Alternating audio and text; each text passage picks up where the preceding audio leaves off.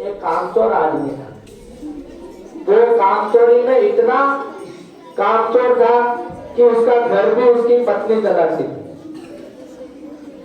हाँ, बातें नहीं करे, मुझे पता है कुछ बहुत सारे जो बात एक दूसरे को बता रहे कि उन्होंने कहानी मेरे से पहले का मतलब मेरे द्वारा इन्होंने पहले सुन ली, तो जिन्होंने नहीं सुनी वो भी इसका आनंद ले। अंदर बातें मत। तो वो व्यक्ति इतना कामचोर था कि वो कुछ नहीं करता, दिन भर बस वो 4 पाई को तोड़ता। 4 पाई यानी माथे को दिन भर तोड़ता। तोड़ने का मतलब उसको पड़ा रहता, तो पड़ा रहने से टूटता। एक दिन क्या हुआ, उसकी स्वेच्छा जागृत हुई। स्वेच्छा का मतलब उसके मन से ऐसा भाव आया। भाव का मतलब वो बालजी वाला भाव नहीं, भावना जागृत हुई, उसका मन हुआ।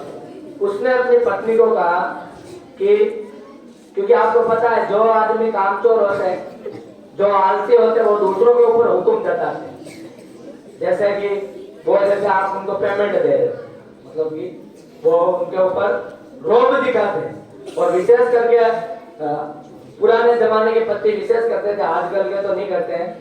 तो वो अपनी पत्नी के ऊपर रोब से बोला कि आज मेरे रोटी में घी लगना चाहिए। क्या लगना चाहिए? घी लगना चाहिए। अब काम जावे नहीं, दिन भर माथे पर पड़ा रहता है और घी क्या, वहां पे गाय थोड़ी बंदी जो हो गया, उनको दुआ और दूध निकाला और उसे घी प्राप्त हो गया। बेचारी वो जैसे तैसे करके मजदूरी करके उसके घर को चला रही, उस पड़े बूढ़े पति को रोटी दे रही। उसने घी की, तो उसने भी गुस्से में कह दिया कि घी क्या तेरा बाप लाया क्या? ये पत्नियां ऐसी होती है। तो वो भी उन्होंने भी वापस प्रत्यक्ष जवाब दे दिया। वो उठ खड़ा हुआ अपने बिस्तर से और उसके सामने लाल लाल आंखें निकालते हुए बोला कि तुझे मैं शादी करके क्यों लेके आया इधर, तू क्या करेगी? तो उस पत्नी को गुस्सा आ गया और उसने रोटी बनाते उस बेलन की झमका दी। उसने जैसे बेलन की झमकाई, बेलन सीधा लगा उसके माथे पे। अब माथे पे लगा, आपको पता है कि एक लकड़ी का बेलन वजनदार 500 ग्राम का बेलन जब अपने सिर पे लगता है तो हीकड़ा होना वाजिब है।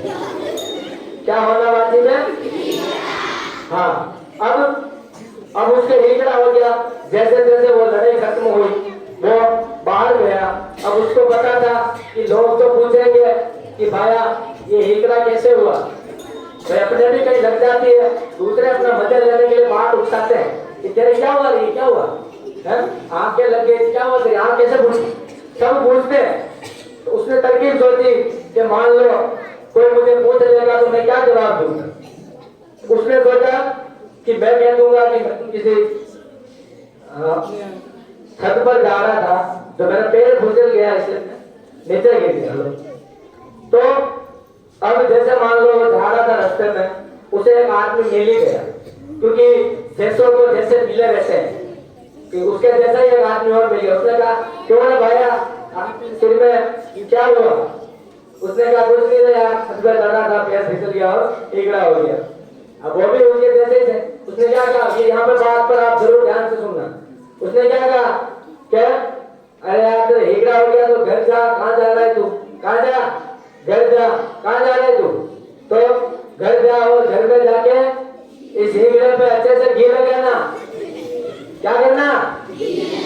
अब वो समझ गया कि भाया घर में घी होता तो ये हीकड़ा भी नहीं होता, इसलिए क्या होता कि घर में घी होता तो हीकड़ा भी नहीं होता। सारी कथा उस घी के पीछे है। और घी तब होगा जब मेहनत करेंगे, आगे बढ़ेंगे, कामयाब होंगे। धन्यवाद। जय हिंद, जय भारत।